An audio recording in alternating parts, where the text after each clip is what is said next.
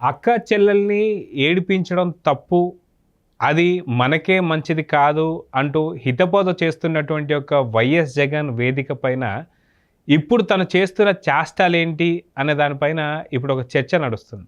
అయితే రాష్ట్రంలో ఉండేటువంటి ఒక అక్క చెల్లెల్ని ఎంత ఏడిపించాడో వాళ్ళు ఓటు రూపంలో తెలియజేశారు.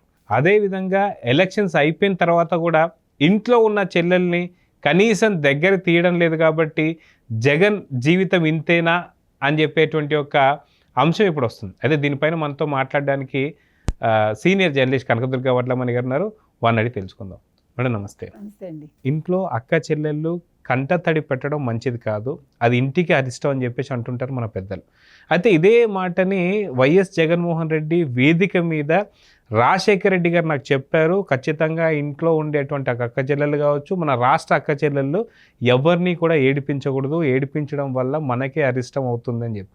అయితే రాష్ట్రంలో ఉన్న అక్క చెల్లెళ్ళు ఏడిచారా లేదా, ఏడిపించారా లేదా అని చెప్పేసి అంటే వాళ్ళ ఓట్ల రూపంలో వాళ్ళ యొక్క సానుభూతి ఏదైతే ఉందో దాన్ని తెలిపారు. కానీ ఇంత జరిగిన తర్వాత అంటే 151 నుంచి 11 స్థానాలకు పడిపోయినటువంటి ఒక జగన్ ఇప్పుడు కనీసం ఇప్పటికీ సొంత ఇంట్లో ఉండేటువంటి ఒక చెల్లెల్ని దగ్గర తీసే పరిస్థితి లేదు. అది ఓన్లీ జగన్ వల్లే అనుకోవచ్చా లేదా భారతి రెడ్డి వల్ల అంటే ఏం చెప్తారు? ఇప్పుడు మీరు చూసుకున్నారంటేనండి, వైసీపీ క్యాడర్ ఏదైతే ఉందో వీళ్ళందరూ ఇప్పుడు చాలా బాధగా కోపంగా ఉన్నారు జగన్మోహన్ రెడ్డి మీద, ముఖ్యంగా భారతి మీద. ఎందుకంటే సాక్షిలో వాళ్ళు రాసిన అబద్ధపు రాతల వల్లే ఇవాళ వైసీపీకి గతి పట్టింది. వాళ్ళు మీరు ఇప్పటికీ మారరా అని అడుగుతున్నారు. ఎవరిని? భారతిని అడుగుతున్నారు, జగన్మోహన్ రెడ్డిని అడుగుతున్నారు. జగన్మోహన్ రెడ్డి గారు చేసిన తప్పిదాల వల్ల ఈరోజు మనం ఓడిపోయాం. అదేవిధంగా వీళ్ళు అబద్ధాలు రాసి రాసి సాక్షిలో ఎవరు చంద్రబాబు నాయుడు గారు 6 లక్షల కోట్ల అవినీతి ఆయన చేశాడా అని ఇవాళ వాళ్ళు నిలదీస్తున్నారు. ఎవరు? YCP cadre. ఎవరిని? భారతీ రెడ్డిని అడుగుతున్నారు. మీరు సాక్షిలో రాశారు ఇష్టానికి మీ రాతలు, ఆ రాతల వల్లే ఈరోజు ఈ గతి పట్టింది, ఇంకా మీ రాతలు ఆపరా? ఎందుకంటే ఇవాళ మీరు సాక్షి చూసుకున్నారంటే వాళ్ళు రాసింది చూసారు కదా, వాలంటీర్స్ మీద, దానికోసం అంటే నిత్యం ఒక అబద్ధం వెతుక్కుంటున్నారు వాళ్ళ సర్వైవల్ కోసం. వాళ్ళకి ఇప్పుడేం దొరకట్లేదు. ఇప్పుడు చంద్రబాబు నాయుడు గారు తెలుగుదేశం కూటమి వచ్చి 55 రోజులు దాటినా కూడా వాళ్ళు నెగిటివ్ రాద్దామంటే దొరకట్లా. ఇవాళ ఆయన ఎక్స్ వేదిక ఏదో చెప్పాడు కదా, చంద్రబాబు నాయుడు నిన్ను హెచ్చరిస్తున్నానంటే ఏదో మాట్లాడాడు కదా, ఈయన తాటాక్ చప్పుళ్ళు చేశాడు. దానికి చంద్రబాబు నాయుడు గారు బెదిరిపోతారు. ఎక్కడో నంద్యాల హత్య అంటాడు, జగ్గంపేటలో ఏదో అంటాడు ఆయన, మొన్న 31 కాదు 36 అన్నాడు, 36 కాదని 31 అన్నాడు హత్యలు. ఇంతవరకు పేర్లు ఇవ్వలేదు ఆయన. కనీసం సాక్షి పేపర్లైనా ఇవ్వకపోయారా? సాక్షి అన్ని నిజాలు రాస్తుంది కదండి, మరి సాక్షిలో ఇవ్వాలి కదా లిస్టు, మరి వాళ్ళు ముందే ఇవ్వాలి కదా, వాళ్ళు అన్నీ రాస్తారు కదా. ఇప్పుడు నిజంగా తెలుగుదేశం కూటమి తప్పు చేసుంటే, నిజంగా తెలుగుదేశం కూటమి వాళ్ళు హత్యలు చేస్తుంటే, లేదా తెలుగుదేశం కార్యకర్తలు హత్యలు చేస్తుంటే లిస్ట్ ఇవ్వండి మీ సాక్షి పేపర్లో, వివరాలు ప్రకటించండి మీ సాక్షి ఛానల్లో. ప్రజలు ఇవాళ చేసిన అంటే ప్రజలు చూస్తున్నారు ఇవన్నీ. అయితే ఇప్పుడు కార్యకర్తలు కావచ్చు, లేకపోతే వైసీపీ క్యాడర్ కావచ్చు, ఎమ్మెల్యేలు కావచ్చు, ఓడిపోయిన వాళ్ళు కావచ్చు, అందరూ ఈరోజు కోపంతో మండిపోతున్నారండి. వాళ్ళందరూ మాట్లాడడానికి లేదు, ఏమీ చేయలేకపోతున్నారు, నియోజకవర్గాల్లో తిరగలేకపోతున్నారు. మీరు ఇందాక అన్నట్టుగా అసలు జగన్మోహన్ రెడ్డి స్టేజ్ మీద చెప్పాడు, అక్క చెల్లెళ్ళు చూసుకోమని మంచిగా మా నాన్నగారు చెప్పారు అని. అందుకేనేమో ఆయన చేయలేదు ఆ పని. తండ్రి చెప్పింది విండ కదా, తండ్రి మాట జవదాటని వాడు రాముడు, తండ్రి మాట వినని వాడు జగన్మోహనుడు. కాబట్టి జగన్మోహన్ రెడ్డి ఎవరు చెప్పినా వినడు, తండ్రి చెప్తే అసలు వినడు. ఎందుకంటే తండ్రి వారసత్వం కావాలి, తండ్రి రాజకీయ వారసత్వం కావాలి, ముఖ్యమంత్రి కావాలి తప్ప తండ్రి మాట పెడచేవని పెడతాడు. అందుకే కదా రాజశేఖర రెడ్డి గారు దూరంగా పెట్టేవాడు అతన్ని. కాబట్టి ఈరోజు జగన్మోహన్ రెడ్డి ఎందుకని తండ్రి చెప్పాడు కాబట్టి అక్క చెల్లెళ్ళని ఇంట్లోంచి సరివేశాడు. బాగా చూసుకోమని చెప్పారు కాబట్టి నువ్వు చెప్తావా నేను వింటానా అని చెప్పి పంపించాడు. అయితే ఢిల్లీలో వెళ్ళి 36 హత్యలకి కారణం కూటమి ప్రభుత్వం అని చెప్పి మొత్తుకుంటూ దాని మీద పెద్ద నిరసన కావచ్చు, ధర్నా చేసినటువంటి ఒక వైఎస్ జగన్మోహన్ రెడ్డి 2019లో సొంత చిన్నాయన చనిపోతే ఇప్పటిదాకా, ఎందుకంటే కరెక్ట్గా చెప్పుకుంటే ఒక 2 నెలల క్రితం దాకా అతనే సీఎం. సో ఎందుకని ఈ హత్య గురించి బయటికి తీయలేదంటే ఏం చెప్తారు? అంటే అక్కడ కూడా ఒక చెల్లి ఏడుస్తుంది కదా, సునీత రెడ్డి కూడా ఒక సొంత చెల్లే కాబట్టి సొంత చెల్లికి న్యాయం చేయకుండా ఉన్నాడు అంటే దీన్ని ఎలా చూడాలంటారు? ఎలా తీసుకొస్తాడు బయటికి? ఇప్పుడు ఇందులో ఇన్వాల్వ్ అయిన వాళ్ళందరూ ఫ్యామిలీ మెంబర్స్ హత్యలో. అలాంటప్పుడు ఎట్లా మాట్లాడతాడండి దాని గురించి? ఇప్పుడు లేని హోదా గురించి మాట్లాడతాడు. గతంలో మాట్లాడలేదు, ఇప్పుడు ఓడిపోయాక మీరు హోదా అడగలేదని చంద్రబాబు నాయుడు నిలదీస్తాడు.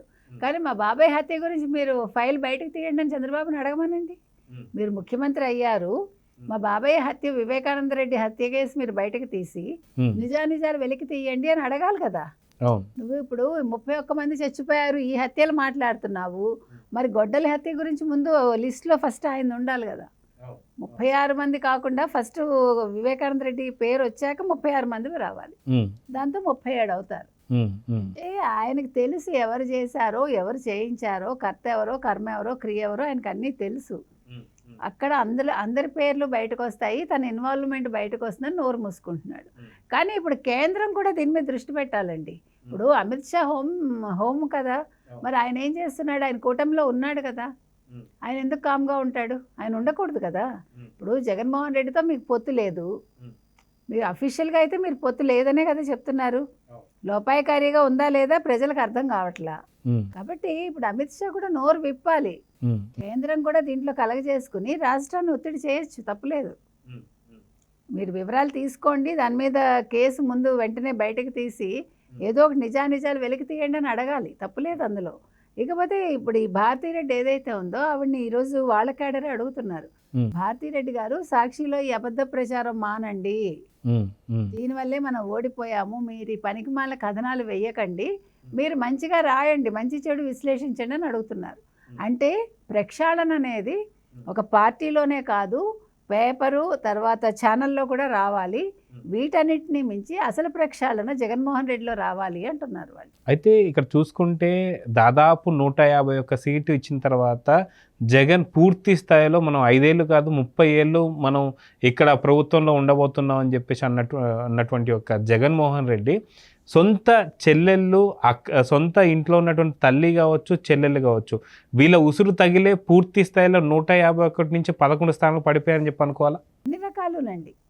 ఒక తల్లి చెల్లెళ్ళే కాకుండా ఈయన నా అక్క చెల్లెళ్ళు, నా అన్నదమ్ములు అంటే ఏదో లిస్ట్ చదువుతాడు కదా, అక్క చెల్లెళ్ళకు కూడా నచ్చలేదు జగన్మోహన్ రెడ్డి.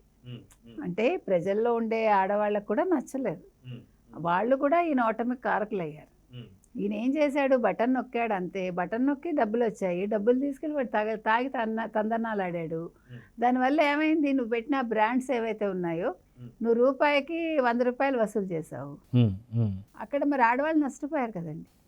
వాళ్ళు ఆర్థికంగా, మానసికంగా, శారీరకంగా అలసిపోయారు వాళ్ళు. మరి అవన్నీ మర్చిపోతారా? అవన్నీ పిల్లల మీద కూడా పడుతుంది కదండి ఆ భారం. ఇప్పుడు నువ్వు చదువుకోవడానికి ఒకళ్ళకే ఇచ్చావు పిల్లాడికి, ఆ డబ్బు కూడా వాడు తీసుకెళ్ళి తాగుతాడు. పిల్లలకి చదివేది నువ్వు అసలు గణాంకాలు తీసావా? అసలు నువ్వు ఇచ్చిన డబ్బులు ఏమవుతున్నాయి? ఒక్క కుటుంబం మీదైనా మీరు ఏమైనా ఒక రీసెర్చ్ చేశారా?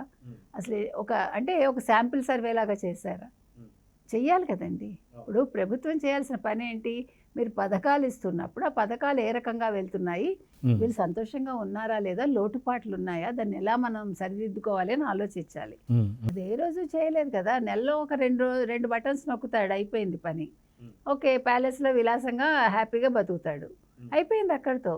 నియోజకవర్గాల్లో ఎమ్మెల్యేలు తిరగరు, ఎవడి పని వాడు చూసుకున్నాడు, ఎవడి వ్యాపారాలు వాడు చూసుకున్నాడు. వాడు కొంతమంది వ్యాపారం ఏంటి? అసెంబ్లీలో బూతులు మాట్లాడడం, అది కూడా వ్యాపారమే కదండి. ఇప్పుడు వీళ్ళు చేసింది అన్ని వ్యాపార దృష్టితో చూసి తిట్టడం కూడా ఒక వ్యాపారంగా మార్చారు వాళ్ళు. అయితే సొంత తల్లితోనే వాస్తవానికి గతంలో చూసుకుంటే మనకి 2019 ఆ టైంలో చూసుకుంటే ఏదైతే ఎలక్షన్స్ అయిపోయిన తర్వాత 23 సీట్లు తెచ్చుకున్నటువంటి టీడీపీ గురించి విజయమ్మ గారు జగన్ పక్కన కూర్చొని మాట్లాడారు. అసలు ప్రతిపక్ష హోదా కూడా లేకుండా జరగాలని నేను దేవుని ప్రార్థించానని చెప్పి. కానీ ఆ ప్రార్థనలు ఇప్పుడు ఫలించాయో లేదో తెలియదు. ఒక పక్కన తల్లి, ఇంకో పక్కన 2 చెల్లెళ్ళు. మీరు అన్నట్టుగా రాష్ట్రంలో ఉన్నటువంటి అక్క చెల్లెళ్ళందరూ కూడా ఇంత చేసిన తర్వాత వాళ్ళ ఉసురు ఏంటి అనేది 11 సీట్లకి కైవసం అయిపోయింది. కానీ ఇప్పటికీ జగన్ మారలేదు అంటే ఆ 11 కూడా నిలబెట్టుకునేటట్టు లేడు, అసలు పూర్తిగా పార్టీ లేకుండా అయిపోతుంది ఇలానే ఉంటే అని చెప్పేసి అంటున్నారు. నిజం అనుకోవచ్చా? మీరు చెప్పినట్టుగా ఆ రోజు ఆవిడ చాలా గొప్పగా మాట్లాడాను అనుకుని ప్రతిపక్షంలో 23 కూడా రాకూడదు అనుకున్నాను ఆవిడ అన్నారు జగన్మోహన్ రెడ్డి పక్కన కూర్చుని. అదే తల్లి ఈ ఎలక్షన్స్ ముందు కొడుకు ఓడిపోవాలని కోరుకుంది. అదే తల్లి. అవును. అంటే ఆవిడకి వాస్తవాలు ఆ రోజు తెలుసు, కానీ ఎక్కడో చిన్న ఆశ, కొడుకు కదండి ఆయన బాగానే ఉంటాడేమో, తండ్రి వారసత్వాన్ని నిలబెడతాడేమో అని అనుకున్నారు ఆవిడ. కానీ మొదటికే ఎసరు పెడతాడని అనుకోలేదు ఆవిడ. తనకే ఎసరు పెడతాడు, తన కూతురికి పెడతాడని అనుకుని ఉంటే ఆ రోజు అసలు షర్మిలనే ఆవిడ ముఖ్యమంత్రిని చేసి ఉండేది, అందులో సందేహం లేదు మనకి. కానీ ఇంకా ఈ దౌర్భాగ్యం ఏంటంటే మన భారతదేశంలో ఈ వారసత్వం కొడుక్కి వెళ్ళాలి అనేటి ఇంకా ఆడవాళ్ళలో ఉంది చూడండి. ఈ ఆ మైండ్ సెట్ వల్ల ఇవన్నీ జరుగుతున్నాయి. ఇంకోటి ఏంటంటే ఈరోజు మీరు అన్నారు జగన్మోహన్ రెడ్డి నిలుపుకోగలడా నిలుపుకోలేడా అని. డెఫినెట్గా నిలుపుకోలేడండి. ఇప్పుడు ఏం చేయాలో తెలియని అయోమయ స్థితిలో ఉన్నాడు. డీకే శివకుమార్ తోటి బేరసారాల్లో ఉన్నాడు ఆయన. పార్టీని విలీనం చేయాలా అక్కర్లేదా? విలీనం అయితే చేయలేడు, అది మనకి తెలుసు. ఎందుకంటే రాహుల్ గాంధీ ఒప్పుకుంటాడా అంటే మనకు తెలిసి ఒప్పుకోడు ఆయన. సోనియా గాంధీ కూడా మనం అనుకుంటాం, కానీ సోనియా గాంధీ కూడా చాలా పట్టుదల మనిషి అండి ఆవిడ అంత పట్టుదల లేకపోతే ఆవిడ ఇంతకాలం భర్త పోయాక పార్టీని ఇలా నిలబెట్టలేదు ఆవిడ. అంటే మనం ప్రతి పార్టీలోనూ ప్రతి మనిషిలోనూ మంచి చెడు విశ్లేషించుకోవాలి మనం. అది అధికార పార్టీ అయినా ప్రతిపక్షమైనా మనకు అనవసరం అది. అంటే వ్యక్తిగతంగా మాట్లాడేటప్పుడు లేకపోతే వ్యక్తి గురించి మాట్లాడేటప్పుడు కొన్ని నిర్ణయాలు మనం మాట్లాడచ్చు, వాళ్ళు ఏ రకమైన వాళ్ళు అనేది. ఆ రకంగా తీసుకుంటే సోనియా గాంధీ చాలా పట్టుదల మనిషి కాబట్టి మనకి తెలిసి ఆవిడ ఒప్పుకోకపోవచ్చు. ఎంత డీకే శివకుమార్ పట్టుబట్టినా, ఎంత ఖర్గే పట్టుబట్టినా కూడా కాకపోవచ్చు. కాకపోతే ఈయన ఏమంటే నేను బయట నుంచి ఇస్తాను మద్దతు అని అడగచ్చు, మనకు తెలీదు. సో ఎంత అడిగినా ఏం చేసినా ప్రజలైతే ఇప్పుడు ఒక 10 ఏళ్ళు, ఇప్పుడు ఈ 5 ఏళ్ళు కాకుండా ఇంకో 10 ఏళ్ళు అయితే జగన్మోహన్ రెడ్డికి ఏ రకంగానూ ఛాన్స్ మనకు కనిపించట్లేదండి. ఆ తర్వాత సంగతి అంటారా, అప్పటికి రాజు ఎవరో మంత్రి ఎవరో, అసలు ఈ పార్టీనే ఈలోగా ఉండాలి కదా. ఇప్పుడు ఈ 5 ఏళ్ళు అయ్యేసరికి వైసీపీ ఉంటుందా లేదా, ఈ వైసీపీలో వాళ్ళు ఇప్పుడు ఎక్కడ జంప్ అవుదామా అని చూస్తున్నారు. అందరూ కప్పల్లాగా రెడీగా ఉన్నారు జంప్ అవటానికి. కాబట్టి వీళ్ళందరూ జంప్ అయితే ఆయనకు ఇప్పుడు రాజశేఖర్ రెడ్డికి ఉండే ఓటు బ్యాంక్ ఉంది కదా అని మీరు అనొచ్చు. ఆ 39.3 ఏదో ఇప్పుడు వచ్చింది, అది రాజశేఖర్ రెడ్డి ఓటు బ్యాంకే కదా. అది రెడ్లు కావచ్చు, లేకపోతే క్రిస్టియన్లు కావచ్చు, మైనారిటీస్ కావచ్చు. చంద్రబాబు నాయుడు గారు సరిగ్గా చేస్తే ఈ 5 ఏళ్లలో అమరావతి పోలవరం పూర్తి చేస్తే అందులో ఒక 30-35% ఇటు వచ్చేసారనుకోండి, ఇంకా ఏం మిగులుతుంది? సో చూద్దాం మేడం. ఖచ్చితంగా ఇప్పటికే రాష్ట్రంలో ఉన్నటువంటి అక్క చెల్లెలు కావచ్చు, లేదా సొంత తల్లి సొంత చెల్లెలు ఇద్దరు కావచ్చు, వాళ్ళిద్దరు ఉసురు తగిలే 11 స్థానాలకు పడిపోయాడు. అయినా ఎటువంటి మార్పు లేదు అని చెప్పేసి అంటే ఖచ్చితంగా భవిష్యత్తులో పార్టీ ఉంటుందా లేదా అనేది మాత్రం ఆ దేవుడే నిర్ణయించాలి. చూద్దాం ఏం జరుగుతుంది. నమస్తే.